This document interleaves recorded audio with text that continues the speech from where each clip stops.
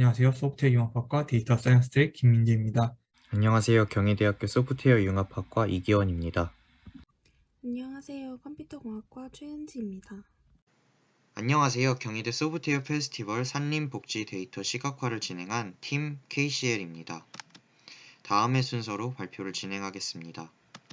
지난 여름 저희들을 힘들게 했던 건 바로 폭염인데요.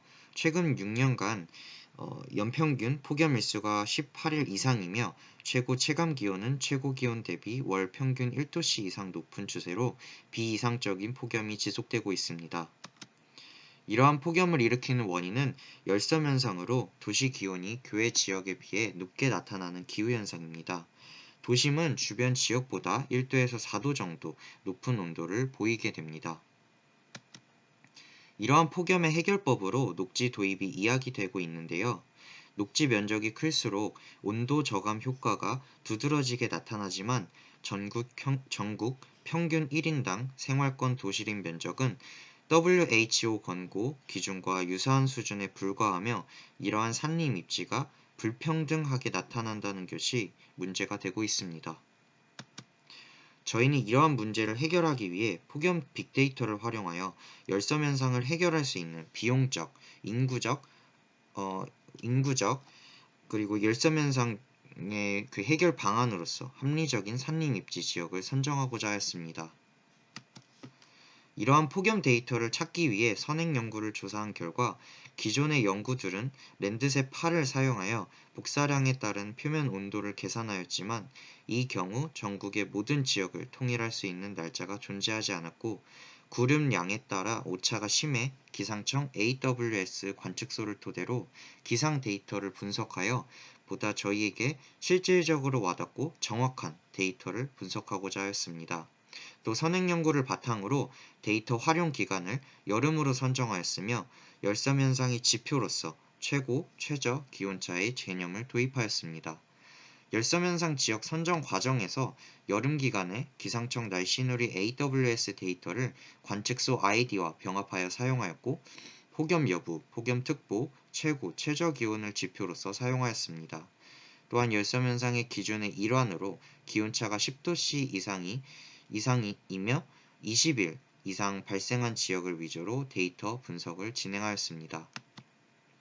이렇게 온도 데이터를 통해 분석된 결과 중 산림 기능 평가지를 토대로 인구수, 공시지가 토지 면적, 지형 시세를 고려하여 최종 녹지 지역 개선 후보지를 선정할 수 있었습니다. 다음은 QGIS 지도 프로그램을 사용하여 인구수, 공시지가, 토지 면적의 칼럼에 따라 저희가 실제로 조사한 데이터들을 시각화한 결과입니다. 이렇게 온도 데이터를 통해 선정된 지역 중 인구수, 공시지가, 면적의 서로 다른 데이터에 가중치를 부여하여 합산값을 도출하여 최종 후보지를 선정하였습니다. 다음과 같이 총 13,608개의 빅데이터를 분석하여 상위 3개 후보지를 선정할 수 있었습니다. 가중치 총합 상위 3개 지역은 다음과 같이 경기 안산시, 경기 고양시, 경북 경산시의 구역이 선정되었으며 경기도 안산시 상록구는 AWS 데이터에서 단원구가 누락된 것을 확인하여 단원구 데이터를 활용하였습니다.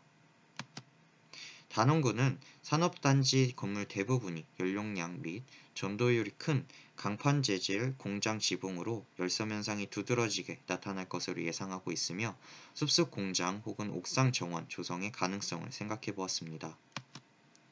다음은 고양시 덕양구로 분지 지형으로 더위가 심한 것으로 확인되었습니다. 이 지역은 근처 강과 연계하여 도시 숲이나 대규모 바람길 숲을 조성하는 방안이 있습니다.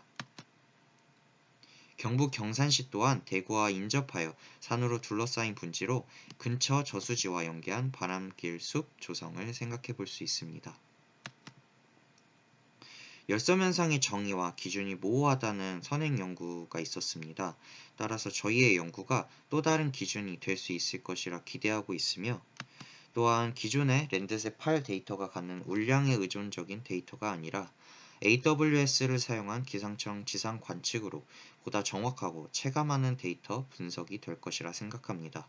또 저희는 단순히 열섬현상 후보지로 기온 데이터만을 사용한 것이 아니라 기온 데이터로 선정한 후 열섬현상이 심한 지역 중에 공시지가, 면적과 같은 부동산 데이터와 그 지역을 얼마나 많은 사람이 사용하는지에 대한 보다 현실적인 데이터 분석도 함께 이루어져 있기 때문에 조금 더 합리적인 산림 입지 선정 데이터 분석이 되었다고 생각합니다.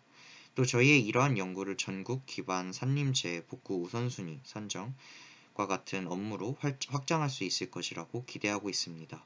또한 이러한 산림복지 활성화를 통해 앞으로 보다 도시의 열섬 현상 문제를 해결하는 데 기여할 수 있을 것이라 기대합니다.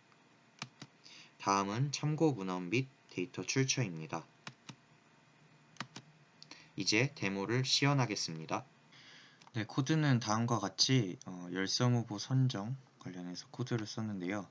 이제 기상청 날씨누리에서 제공한 히트웨이브 06 그러니까 6월달, 7월달, 8월달 CSV 파일을 읽어서 데이터 프레임에 넣어주고 이제 이렇게 만들어진 데이터들을 하나로 묶어서 다음과 같이 이제 폭염 여부, 최고 체감 기온, 최고 기온, 평균 기온과 같은 다양한 컬럼의 값들을 받을 수 있었고요. 이 부분에서 저희가 실질적으로 필요한 데이터만 추리고 나머지 데이터들은 제외해서 다음과 같이 이제 만들 수 있었습니다.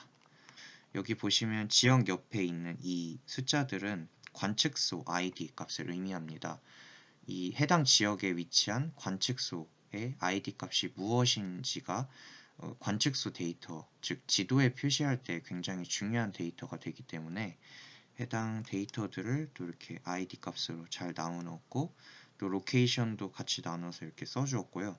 또 저희는 지역 데이터도 같이 사용하다 보니까 이 관측소 아이디와